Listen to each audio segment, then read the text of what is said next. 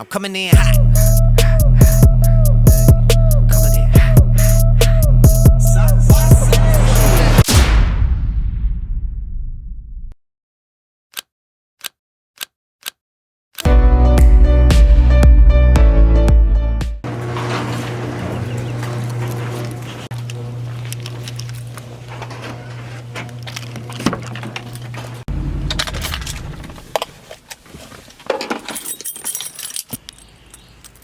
Oh, come on. Alright, so we have a slight problem. The battery on this truck is like dead. Like it won't lock or unlock or anything. I don't know why. Because we let it run for like about 30 minutes yesterday, but I guess that wasn't enough. But I just have no idea what's draining my battery. Only thing I can think of is the last thing we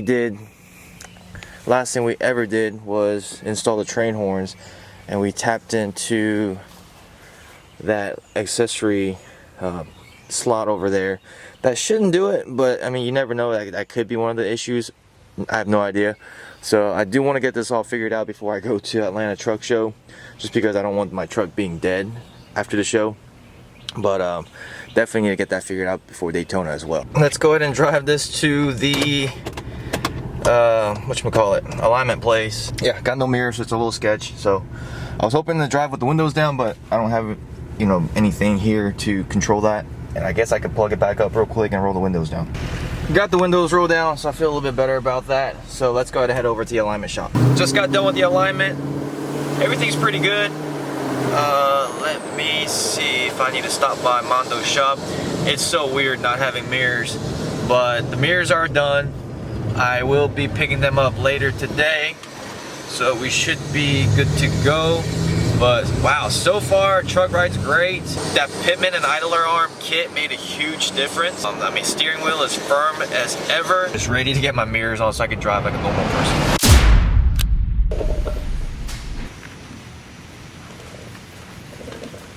It's all about the prep.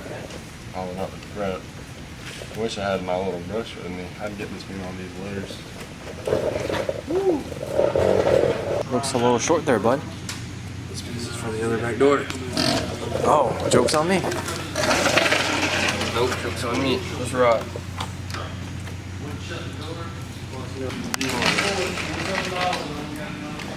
Front side of the thing.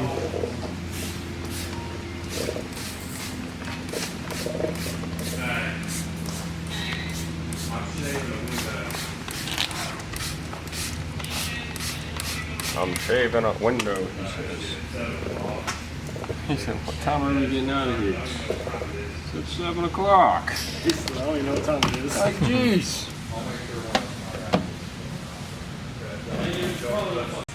So you're feeling confident after doing that back door? Yeah, so it was the wrong. You don't want that. See that? You don't want that. It's called a dry spot. Dry spot. Kink. You don't want that. No kinky things around here. Keep it lubricated at all times. Yes, all times. You want to make sure it's nice and wet. If it's not, hear that? It's not like that. You don't want it. You don't want it? Don't want it.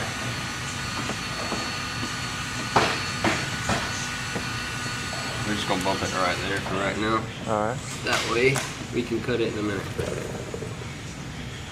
You don't put a heat gun on it and shrink it down like... So, believe it or not, it's completely opposite. it's the opposite.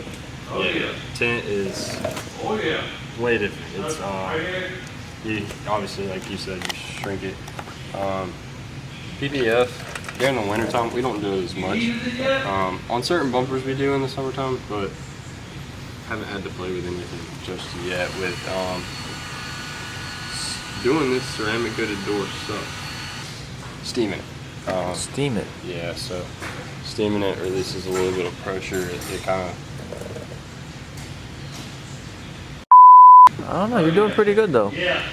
Tuck it underneath it? No. No? You don't do that on the PPF? You could wrap your edges. It's called wrapped edges. Yeah. We don't like doing that. Because it'll unfold. It'll unfold. Correct. Even though I did clean the back side of your door, it's still taking the chance. Yeah, you're doing a good job though. Appreciate it. But it would have been a lot quicker if I didn't have ceramic coated doors. Most definitely. So you'd be done by now. Yeah, because it keeps sticking on me. It's sticking on you? Yeah, you see that? Yeah. I can't. I mean, obviously I just sprayed it, but if you give it a minute, it sticks. So ceramic makes it stick more? It makes the beads Okay. gel up. Yeah.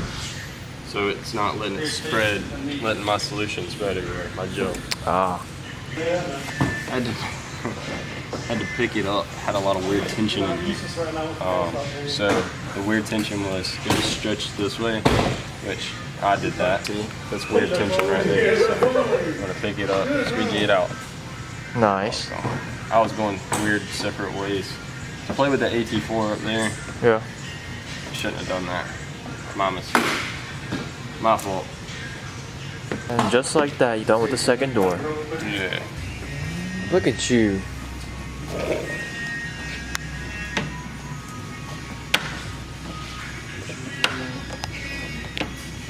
Getting it all done.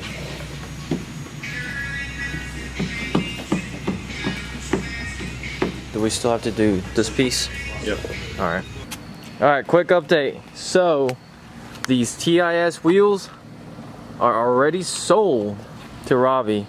He's got an LML Duramax that's really similar to my Denali, and it's gonna go on that, which is gonna look really good. So your truck's on the lift right now? Yeah. Shoot, nice. You're gonna slap them on tonight? Tomorrow? Probably. Yeah, they're going on tonight. Hell yeah, well send me some pictures. Alright guys, so unfortunately, these are sold. If you wanna buy them, I guess you can hit him up, but don't hit me up. Alright, so here we have the mirrors that we picked up from JP, who is a local painter in this area, does killer work. He did all the paint work for Mondo and all the paint work for Jarrett as well for his Duramax.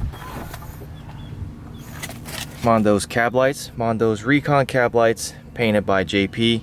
Looks freaking killer. And also Boost Auto Parts mirror lens that he painted for Mondo as well. So keep on the lookout because we're going to be doing like an install video on that truck before Daytona. And let's see, the guys over at Trapp Window Tint did a killer job with the paint protection film. You can't even see it, like that's the whole point of doing the PPF, but it looks really good. Oh, FedEx is here. Wonder what I'm getting from FedEx.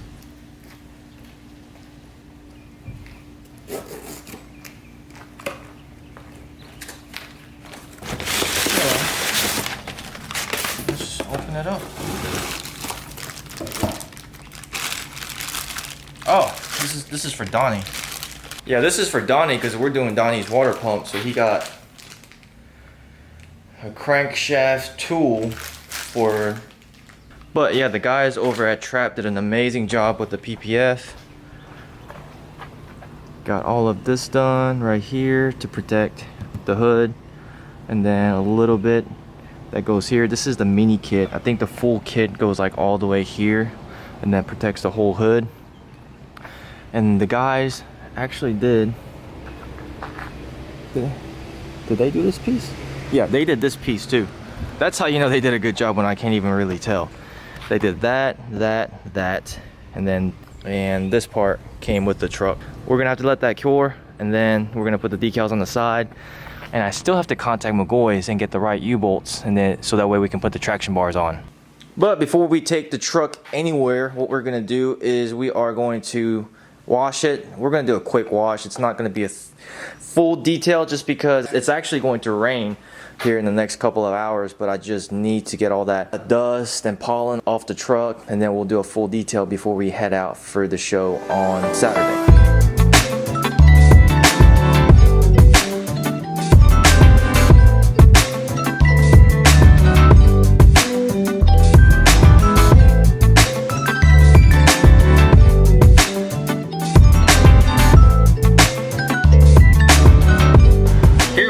A quick update. So the check engine light is obviously gone, and there used to be service def system light that was on the dash,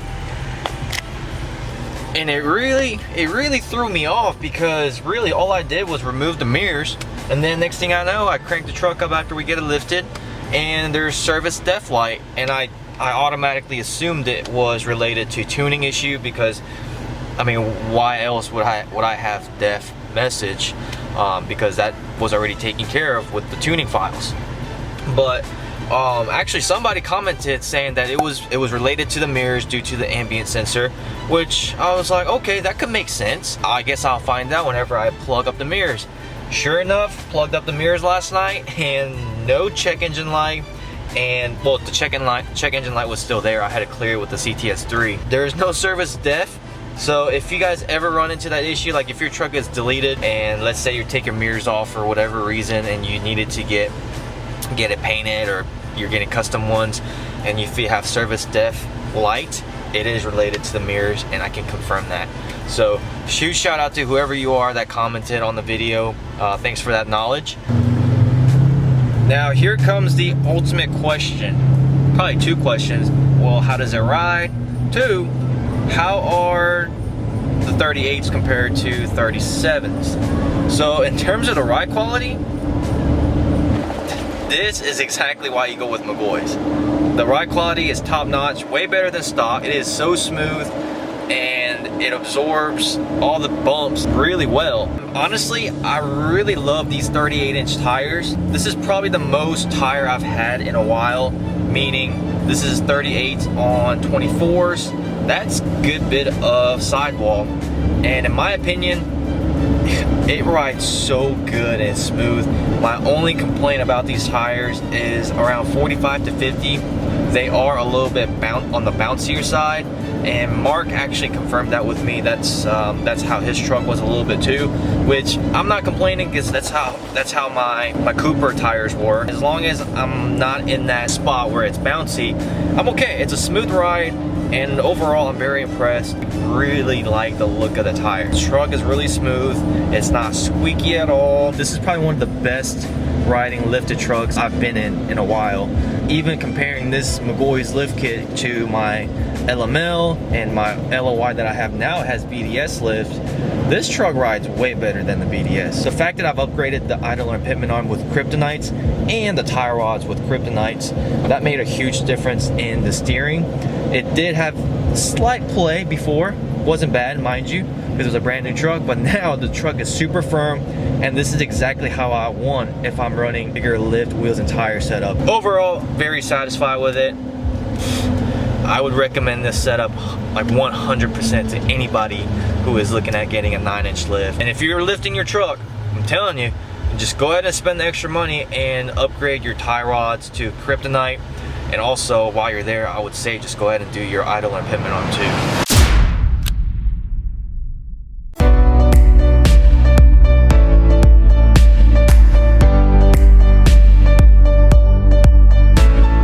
So we'll do, so this thing scans the VIN. Mm-hmm. It'll actually let you know exactly what kind of vehicle you have. That's cool. Oh, it's got Wi-Fi too, it looks like, so you can update it. Mm-hmm.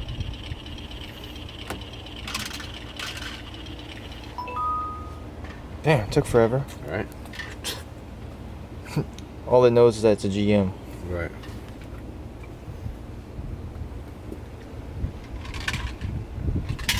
It's cool because the Volkswagen that we used on, it actually pulled up exactly like year, make, and model.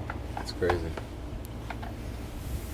This is an older car, so I ain't no telling what kind of... GM. Via model. The GMC 2004. Yep, 2004.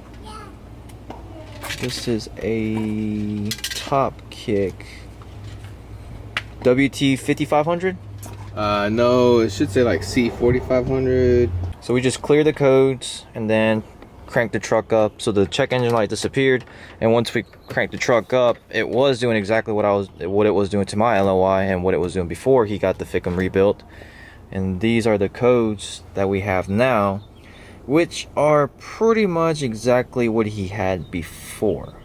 And let's just say the Ficum probably is good now because it's been rebuilt. So there's probably something on the harness. We've been doing some research, and everything is leading to injector pigtails. Maybe this camera will bring us good luck.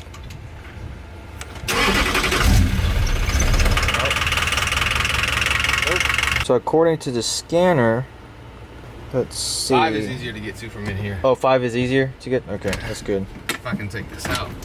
So injector. The doghouse out. It's a doghouse. Oh, that's easy. You've done it a couple times now. You know what to do. I've learned. First couple times I was taking it in and out, it was a pain in my butt. But now you've learned. Now you're a Kodiak top kick master. No, man, not me. So he's gonna try to ice pick injector plug number 5 because it seems like they all passed.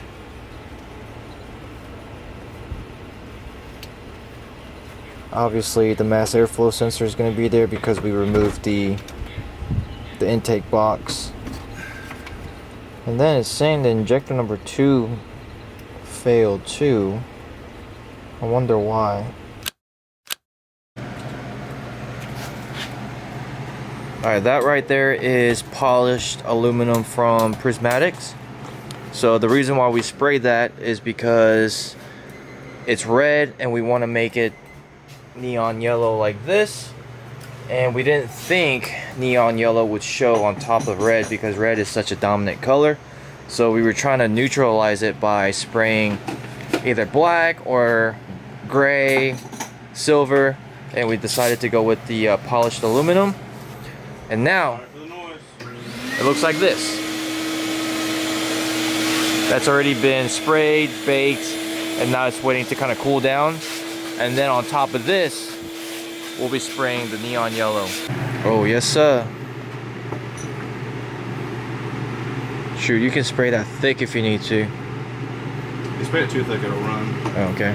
Create dimples.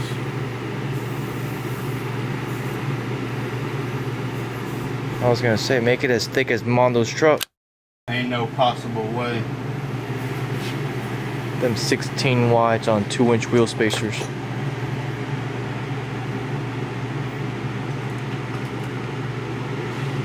Woo! Good choice. Alright, y'all stick around and see the final result.